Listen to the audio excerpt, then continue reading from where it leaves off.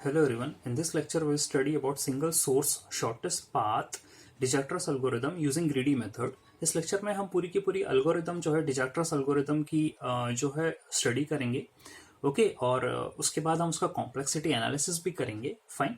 इसके previous lecture में हमने जो है वो डिजैक्टरस algorithm पर बेस्ड एक ग्राफिकल जो है प्रॉब्लम को स्टडी करा और जो है हमने उसका सोल्यूशन जो है डेवलप करा है. ऑलराइट. तो इस लेक्चर में हम क्या करेंगे, उसी के बिहाफ में पूरी की पूरी एल्गोरिदम लिख रहे हैं कि जो अप्रोच हमने वहां पर फॉलो करी थी वो किस पर बेस्ड है, कैसे स्टेप्स हम फॉलो कर रहे थे वहां पे. तो वो क्या करने वाले हैं, हम इस एल्गोरिदम के अंदर पूरे मेंशन करेंगे और उसके बाद हम उसकी कॉम्प्लेक्सिटी एनालिसिस करेंगे. Fine. So here we start. Algorithm shortest path v cost distance. That means हम यहाँ पर 4 आर्ग्यूमेंट्स लेकर चल रहे हैं. v stands for the source vertex. Okay, जहां से हमें शुरुआत करनी है. Cost stands for the cost matrix. Okay, that means आप जो भी सारे वर्टाइसेस या नोड्स अवेलेबल हैं उनके रिस्पेक्टिवली कॉस्ट की मैट्रिक्स बनाएंगे. Dist stands for the distance.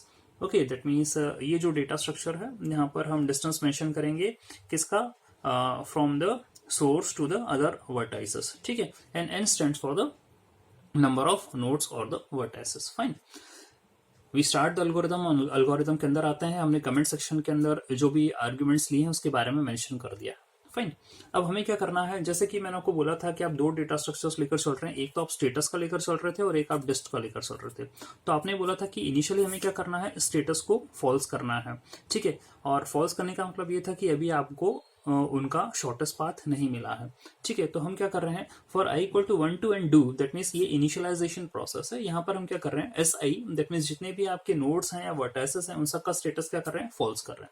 ठीक है. और डिस्ट आई जो दूसरा डेटा स्ट्रक्चर है उसके अंदर हम क्या कर रहे हैं, उनकी इनिशियल कॉस्ट ग्राफ के अकॉर्डिंग जो भी मेंशन थी ग्राफ में उसके हिसाब से क्या कर रहे हैं, मेंशन जो है वो आपके इस डेटा स्ट्रक्चर के अंदर कर रहे हैं. ठीक है. तो आपके पास दोनों डेटा स्ट्रक्चर है, एक है एस और एक है डिस्ट. ठीक है. तो आपने क्या कर दिया है, जो रिस्पेक्टिव वैल्यूज है, इनिशियल वैल्यूज है, वो आपने क्या कर दी, इनके अंदर डिफाइन कर दी है. ठीक है. उसके बाद हमने क्या करा था, आपका जो सोर्स वर्टेक्स है जहां से आपको शुरुआत करनी है उसके स्टेटस को हमने ट्रू करा था और उसका डिस्टेंस जो है वो मार्क करा था 0.0. यानी जहां से शुरुआत करनी ही है, यदि आपको उसी पर ही पहुंचना है, वही डेस्टिनेशन है, तो डेफिनेटली क्या होगा, डिस्टेंस 0 होगा. तो उसके स्टेटस को हमने ट्रू मार्क करा और उसके डिस्टेंस को 0 बोल दिया. फिर उसके बाद आपको क्या करना है, नेक्स्ट आपको डिस्टेंस निकालनी है रिमेनिंग नोड्स या वर्टाइसेस की फ्रॉम द सोर्स. ठीक है. तो आप क्या कर रहे हो, लूप चला रहे हो. That means from for i equal to 2 to n-1. 2 to n-1 किस लिए, वो इसलिए क्योंकि आपको रिमेनिंग वर्टाइसेस के लिए अब क्या करना है, अप्रोच फॉलो करनी है. ठीक है. Choose a vertex u among all the vertices for which the status is false and the distance u is minimum. यानी कि आपको वो वाला वर्टेक्स जो है वो निकालना है जिसमें हमें क्या करना है, जिसका स्टेटस जो है वो फॉल्स होगा और जिसका डिस्टेंस हो वो क्या होगा, मिनिमम होगा. यानी आपने जो दोनों डेटा स्ट्रक्चर बनाए हैं, आपने एग्जाम्पल के अंदर भी देखा था, आप क्या कर रहे थे कि उन दोनों डेटा स्ट्रक्चर्स के अंदर, ये आपके दोनों डेटा स्ट्रक्चर्स हैं. ठीक है. स्टेटस जिसका फॉल्स हो और जिसका डिस्टेंस जो हो वो मिनिमम हो. ठीक है. वो वाला हमें क्या करना है, नोड पिकअप करना है, उसको हम यू बनाएंगे. ठीक है. तो ये हम लूप चला रहे हैं और इस लूप के अंदर हम क्या कर रहे हैं, वो वाला नोड पिक कर रहे हैं जिसका स्टेटस फॉल्स होगा, जिसका डिस्टेंस मिनिमम होगा. हम क्या कर देंगे, उसको फिर ट्रू बना देंगे. हमने क्या बोला, उसको आप जो सिलेक्ट करा है नोड उसको ट्रू बना दीजिए उसका स्टेटस. अब उसके बाद हम क्या कर रहे थे, उसके एडजेसेंट नोड्स या वर्टाइसेस को कैलकुलेट कर रहे थे, है ना. कैलकुलेट यानी हमने ऑलरेडी एडजेसेंट से लिस्ट बनाई थी, तो वहां से क्या कर देंगे, उसे नोटिफाई कर देंगे. तो जो उसके एडजेसेंट है, ठीक है, उनको हम क्या कर रहे हैं, मेंशन कर रहे हैं. मेंशन करने के बाद क्या कर रहे हैं, we will calculate the distance. ठीक है. डिस्टेंस निकाल रहे हैं किसका, सोर्स से जो उसके एडजेसेंट है यू के, जो यू के एडजेसेंट है फ्रॉम द सोर्स, उसका डिस्टेंस, उसको कंपेयर किया जा रहा है किससे, यू से. उसका यू का डिस्टेंस किससे, सोर्स से, और यू और डब्ल्यू का डिस्टेंस. ये हमने ऑलरेडी जो है वो किसके अंदर, आपके एग्जाम्पल के अंदर सॉल्व कर रखा है. ठीक है. तो ये हम कंपैरिजन कर रहे हैं. ठीक है. अब यदि इस कंपैरिजन के अंदर आपको, दैट मीन्स ये कैसा हो रहा है, आपका सोर्स वर्टेक्स है आपने मिनिमम डिस्टेंस वाला u कैलकुलेट कर लिया, u के एडजेसेंट आपको मान लीजिए कि एक जो है नोड या वर्टेक्स w मिल गई। अब हम क्या कर रहे हैं इस के अंदर, यहां हम s से w का डिस्टेंस और s से u का डिस्टेंस एंड u से w का डिस्टेंस, इनका कंपैरिजन कर रहे हैं। यदि ये वाला डिस्टेंस कम मिलता है इससे, तो हम क्या कर देंगे, अपना डेटा स्ट्रक्चर डिस्ट को अपडेट कर देते थे और इसकी वैल्यू पुटअप कर देते थे। यानी हम ये बोलते थे कि भाई जो सोर्स है उससे यहाँ इस रास्ते से जाने से बेटर ये है कि आप एक काम करें, यू के वाया चले जाओ, तो वो आपको मिनिमम मिल जाएगा। तो यहाँ जो अप्रोच है हम क्या करने वाले हैं, फॉर ऑल जो भी यू मिलेंगे, जिसने मैंने यहाँ पर for each W adjacent to U, उन सब के लिए कैलकुलेशन करने वाले हैं। ठीक है, और इसके बाद हम क्या करते चले जाएंगे, डेटा स्ट्रक्चर को अपडेट करते चले जाएंगे और हम जो मिनिमम कॉस्ट या मिनिमम या शॉर्टेस्ट पाथ जो भी अवेलेबल आपको मिल जाएगा वो हम क्या कर देंगे, नोटिफाई कर देंगे। ठीक है, तो ये आपकी सिंपल सी डिजक्ट्रस एल्गोरिथम है। अब यदि हम इसकी कॉम्प्लेक्सिटी एनालिसिस की बात कर लें, so let's start from here again. This is your function shortest path. Okay, ये जो स्टेप है ये आपकी फॉर 1 to n, ये आपकी n टाइम्स चलने वाली है। ठीक है, n टाइम्स चलेगी तो उसके अंदर लिखने वाली जितनी भी स्टेटमेंट्स हैं वो सब n टाइम्स चलेंगी। ओके, ये आपका 1 टाइम चलने वाला है, ये आपका 1 टाइम चलने वाला है। ओके, तो यदि हम बात करें इधर तक कैलकुलेशन की, तो यहाँ पर ये n टाइम्स चल रही है। ओके, और इसके अंदर वाली स्टेटमेंट भी n टाइम्स चल रही है, ये भी n टाइम्स चल रही है, तो ये 3n हो गया, ये 1 + 1 2 टाइम्स 2 हो जाएगा। ठीक है, 3n + 2 आपको वहां से 3n + 2 टाइम्स चलने के लिए मिला। ठीक है, यहाँ पर क्या है, ये जो फॉर लूप है ये फॉर 2 to n - 1 टाइम्स चल रहा है। ठीक है, तो हम ये बोल देंगे ये कितनी बार चलेगा, 2 to n - 1 यानी n - 2 टाइम्स चल रहा है। ठीक है, ओके, और इसके अंदर वाली जितनी भी स्टेटमेंट्स हैं वो सभी n - 2 टाइम्स चलेंगी। अब ध्यान रखने वाली बात यहाँ जो बहुत इंपॉर्टेंट है, हम यहाँ पर चूज कर रहे हैं, सिलेक्ट कर रहे हैं वो वाला वर्टेक्स जो कि स्टेटस फॉल्स दे रहा है, जिसका डिस्टेंस मिनिमम है, हम उसको ट्रू बनाएंगे, उसको सिलेक्ट कर रहे हैं। ठीक है, और उसको करने के बाद हम क्या कर रहे हैं, यहाँ पर उसके एडजेसेंट जो है नोड्स या वर्टेसेस, उसको देख रहे हैं कि भाई उसका डिस्टेंस सोर्स से किस प्रकार से बिहेव कर रहा है, हम वो देख रहे हैं। ठीक है, तो यदि आप एडजेसेंसी मैट्रिक्स लेकर चलते हैं, एडजेसेंसी मैट्रिक्स लेकर चलते हैं, तो आपको क्या मिलता है मैं आपको बता दूं एक बार फिर से। आपने एग्जाम्पल के लिए लिया था, ये आपने सारे नोड्स बनाए थे, ये आपने यहाँ पर सारे नोड्स बनाए थे। यदि मुझे एक नोड के एडजेसेंट सारे नोड्स निकालना है तो मुझे क्या करना पड़ेगा, जो ट्रेवर्सिंग करना, मान लीजिए 1 की निकालना है एडजेसेंट, तो मुझे क्या करना पड़ेगा, पूरे के पूरे नोड्स को ट्रेवर्स करना पड़ेगा। ठीक है, यानी कि आप एक फॉर लूप के अंदर एक और फॉर लूप लगा रहे हैं, okay, in order to calculate the adjacent nodes, okay, adjacent vertices. तो फॉर के अंदर फॉर लगा रहे हैं, और ये जो फॉर लगेगा ये कब तक चलेगा, n टाइम्स चलेगा, क्योंकि n टाइम्स स्कैनिंग होगी, पूरी की पूरी स्कैनिंग हो रही है। यदि आप एडजेसेंसी मैट्रिक्स बना के चल रहे हैं तो n टाइम्स स्कैनिंग होने वाली है, यानी आप डेफिनेटली ये n - 2 टाइम्स बाहर वाला जो है लूप चल रहा है, अंदर n टाइम्स और चल रहा है, तो ये आप इसको मल्टीप्लाई कर देंगे n - 2 × n, तो ये कितना हो जाएगा, n² - 2n।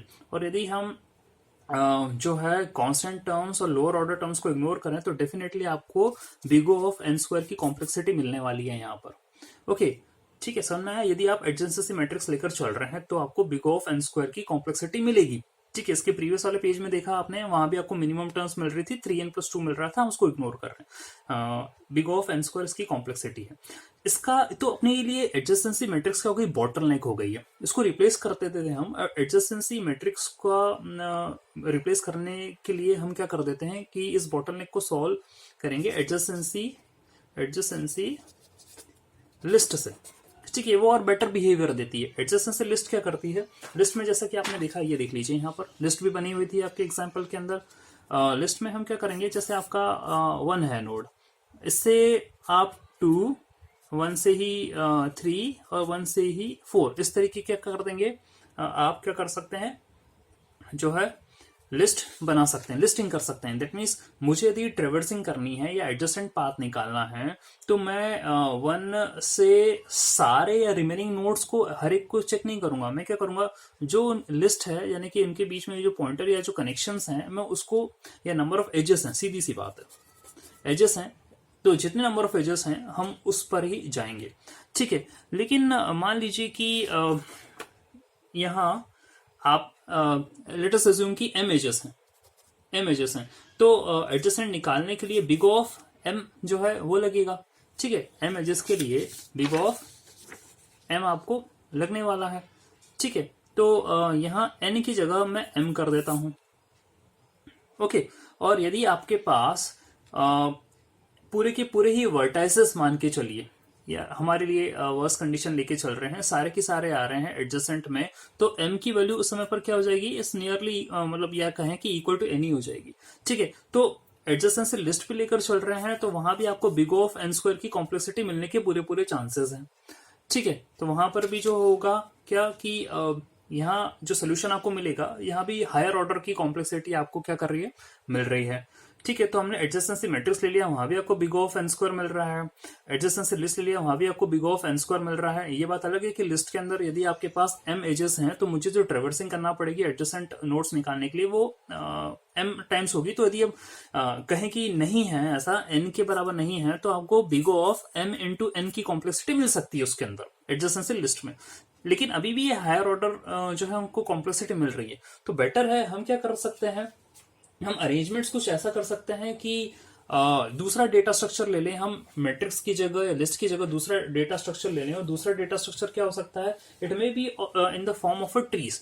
तो जो नोड्स का अरेंजमेंट है यदि हम ट्रीज के फॉर्मेट में करें, और ट्रीज में भी हम ये कहें कि other it may be a heap और it may be red black tree, तो उससे क्या हो जाएगा, आपको if you want to select और यू वांट टू फाइंड और डिलीट और if you want to insert और अपडेट अ वैल्यू, तो ऐसे सिचुएशन के अंदर आपको जो कॉम्प्लेक्सिटी मिलती है वो मिलती है लॉग ऑफ एन।